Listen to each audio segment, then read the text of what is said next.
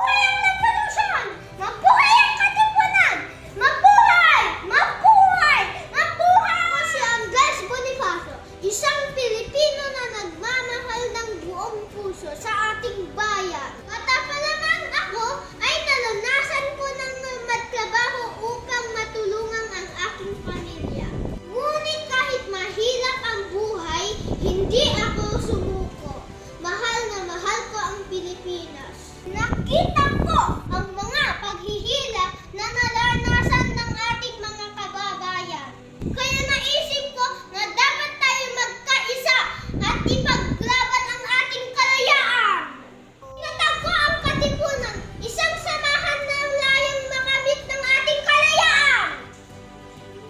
Tinawag din akong ama ng himagsikang Pilipino dahil sa aking pakikipaglaban para sa bayan. Hindi ako perpekto at hindi din ako mayaman o makapangyarihan. Isa lamang akong ordinaryong Pilipino na may malaking pangarap para sa ating bansa.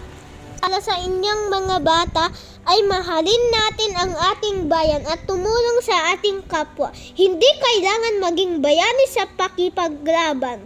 Kung ako na isang ordinaryong Pilipino ay nangarap para sa kalayaan ng ating bayan, kayo din maaring mangarap at gumawa ng mabuti para sa Pilipinas.